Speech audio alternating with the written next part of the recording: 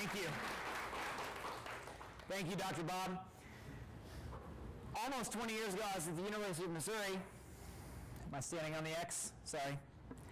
And a group began speaking in speaker circle, and someone from my fraternity asked me to go and asked me what I thought of this man who said he was speaking in the name of God, and he had signs, and he had other people with him, and he was yelling things, and it was very disorienting.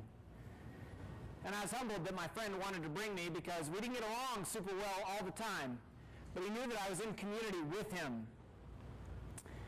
I don't know very many of you in the room. I know about 5 of you, but we're neighbors, as far as I can tell, in the loose sense that we're together in a room, right? And for thousands of years, there have been men and women who believe that God exists, and men and women who believe he doesn't exist. I don't know where you stand on that. And yet, on the way here, 1.5 miles away at my house, which is that way, I drove by 7 churches. And so my hope is to give you, did I go the wrong way there? How about that? How about that? There we go. On the way here, I drove by 7 churches in 1.5 miles, and my hope is to encourage you maybe how to interact with them, or how to perceive them, or how to ignore them if they're failing in what I'm going to talk about tonight, which is heretics and fanatics. The uniqueness of today is that there are 2 sides. There's the side that believes that God exists. There's the side that believes that God doesn't exist.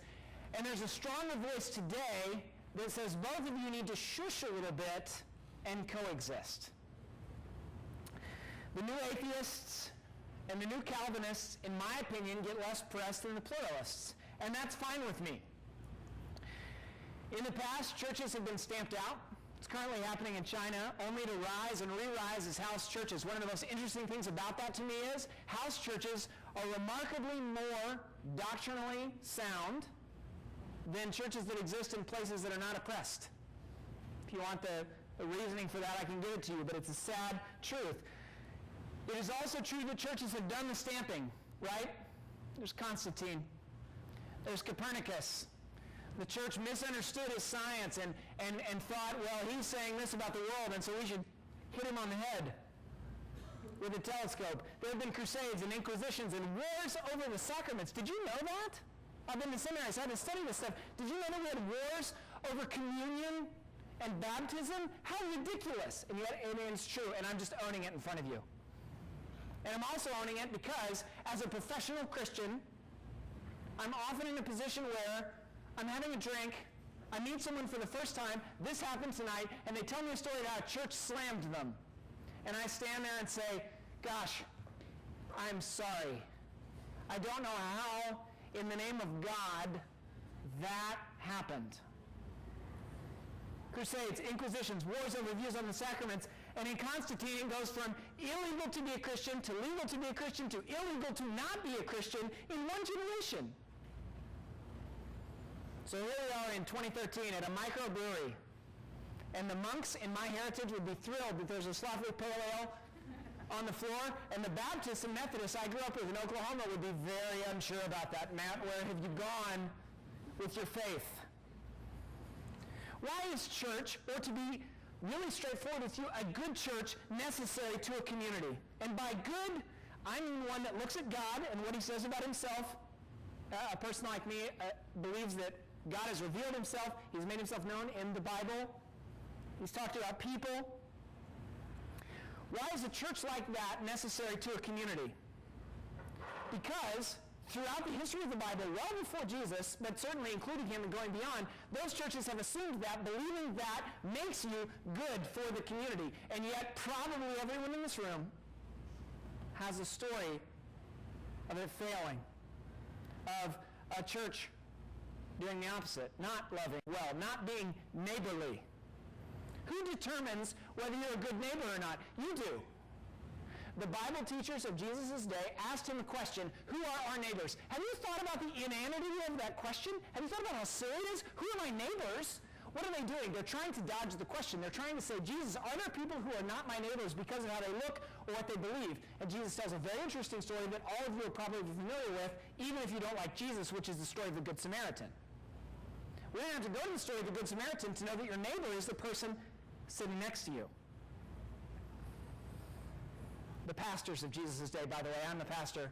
I have to be honest about the fact that the guys, very much like me, are asking Jesus, who is my neighbor? I believe God exists. I believe he's made himself known. I could say things about Jesus, but I imagine in 2013 in Missouri, you've heard that from someone. I hope you've heard it in a loving and winsome way, but I don't know. But we're going to talk tonight about community. And the book I rely on, evidentially and existentially, say that the two go hand in hand. It says that a belief in God means that I'm good for the community. They're not separate. Historically, the only time that people of faith have separated from community is when it becomes illegal to not be a Christian and the community suffers, and so people that study the book end up leaving because civically religion fails. Jesus changed more about community than he changed about religion. Did you know that? Love God and love people is not new, and yet every church I drove by today, 7 in 1.5 miles, drove by 7 churches. Everyone, that's their mission and vision statement. Even if they don't have a mission and vision statement, that's their mission and vision statement. And if you asked them and you told them what Jesus said about loving God and loving community, they would say that's their mission and vision. It's to love God and love people. Jesus might have been quoting himself, depending on how you view the Trinity, but he was quoting a 1,000-year-old document before him about love God and love people. What is new is love of enemies. Why did Jesus have to tell us to love our enemies? Because these Bible teachers, like me, didn't understand that your neighbor is anybody you interact with. Love God and love people is old, but Jesus said love your enemies too, which is not new. But what he did with exquisite love and precision of speech in an unprecedented way was a visceral deconstruction of religion and philosophies and waves of oppression and hypocrisies of people like me. They end up sucking at loving their neighbors. Why? Because their picture of God and their understanding of him did not lead them to be good neighbors. They spent hours in the temple, and yet they weren't that good at loving him. They had 39 rules for how to rest, and yet they weren't that good at resting. They argued with Jesus about it. Today, we have iPhones, and we've been tweeting about this, and I've been retweeting you guys because you guys all summarize it better than I do. And yet we still default to the same thing. We default to thinking that if I do this, then I'm okay. The Bible doesn't say that. The Bible says that you can't actually be okay, and knowing that you can't be okay and then looking to God means that you'll be good in community. Now, I don't say that as preaching to you. I'm saying it as the TEDxMRH community is seeing what the 7 churches that I drove by espouse. But if you understand who God is, then you'll be good in your community because you know that you can't be good, but you can still respond to that in a good way. And when we believe that, we're freed into good neighbor love. Now, who's the arbiter of whether churches in any community are loving neighborly? You, the neighbors. Now, I don't know where you're from. I don't know if you're from this community or from Kansas City or Columbia or somewhere else. I don't know if your churches give a rip about what you think. But I know that the Bible says that you're the best arbiter of whether churches are loving well in a community. So a church's existence ought to benefit a community. It ought to benefit tolerance. Even though I don't think tolerance works as a worldview, it is something that should happen. In terms of, we should be able to love other people. How? Why? How do churches move into communities? Hopefully, if they see injustice, they fight against it. I have a pastor friend in Virginia. There's a title loan company there that charges 517% interest. That's usury. That's evil. That is unjust.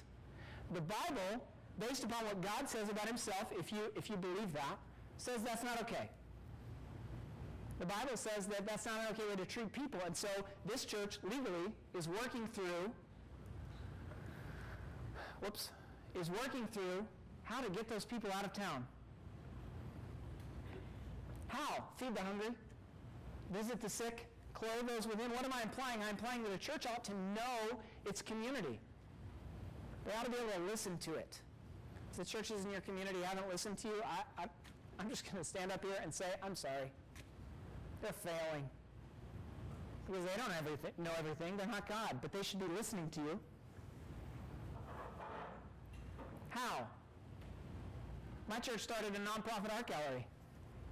Why? What does that have to do with feeding the hungry or clothing the sick? Nothing. But we have a lot of artists that live in our community, and we had a very unique office space, and we thought this is a way that we could maybe help the community. We could help some amateur artists. We could help some established artists show things in nonprofit settings.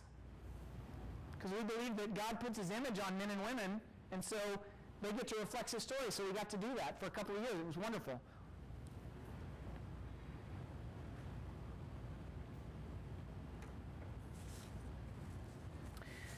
You're wondering why I titled it the way I did. I titled my talk Heretics and Fanatics because when I was in college, the people that were speaking, and they had these signs, and they were yelling at people that they didn't know, and they weren't from that place. I don't believe they were representing God well, and I'm fully sure that they weren't loving neighbor well. There is a world where the church gets to keep the heretics away. Those who say that a love of God equals anything but a more just and neighborly place. And those who believe that God exists. And then he made himself known in this carpenter from Nazareth 2,000. I mean, let's be honest. Christians are a little weird. I have no idea how many of you are Christians, but we're talking about this carpenter from 2,000 years ago from Nazareth. We're saying he rose from the dead and then floated away beyond a cloud. That's a little fanatic. And what that should equal is neighbor love. Who's the arbiter of whether we're succeeding in neighbor love? You. You're in a community. And there's probably a church in your community, and you're the one that gets to say whether they've succeeded or not. So the church's role is to tell the heretics to be quiet, or tell the heretics, you can come to our church, but we need you to just sit here for a little while and learn and be quiet because you're hurting people. And I don't really see that in the life of Jesus. And then there are fanatics. When I moved here, some of the fanatics came to Webster University and they held their signs and they yelled. And I am so hopeful that there were fanatics on Webster University's campus saying, that's not God. And we all know that wasn't neighbor love. There are a lot of ways to be a good neighbor. I have a bunch of things written down, but my timer's, a little over. There's human trafficking, which is so evil. There's the willingness to leave a tip here at Schlafly. I think fanatics believe God exists, leave better tips than heretics. I think heretics will be told, that's really not cool. That's the range of my illustrations. I'm only using a couple of them. There will always be men and women who violently believe that God exists, and the churches in your community need to unaffirm them. And whether you go or care about that church or that church has hurt you, if you interact with those leaders, you need to help them unaffirm the people that are violent and hurtful in the name of God. They've missed God. And there will always be men and women who believe that he exists. And they're hopefully listening, contending fanatics in your community. And they need the weekly rhythms of church, and that's why they go. I don't know how many TED Talks you listen to, but Nancy Duarte gave one where she linked Martin Luther King and Steve Jobs and how they talk. Martin Luther King and Steve Jobs both imagine the world as it is and imagine the world as it could be. One about civil rights and one about iPods. And I'm just saying to you simply that there's a world where churches are silent towards the heretics and they forget to nudge the good fanatics into their community. And that's not okay. I don't know if you're willing to darken the doorway of a church again. I don't know if you go to church. I don't know if you know the leaders of your church. But you're the arbiter of whether they're loving neighbor. And everything they do to talk about God is linked to their love of you. So if they're failing in that, I hope that you can tell them. And if they're succeeding in that, I hope that you can tell them. And if you have an opportunity for them to help you or serve you, they're bound by their belief structure to do so. There's a world where churches are silent with their heretics and they should shush them. And there's a world where we push our fanatics, our good fanatics, into our communities. And it's a good world.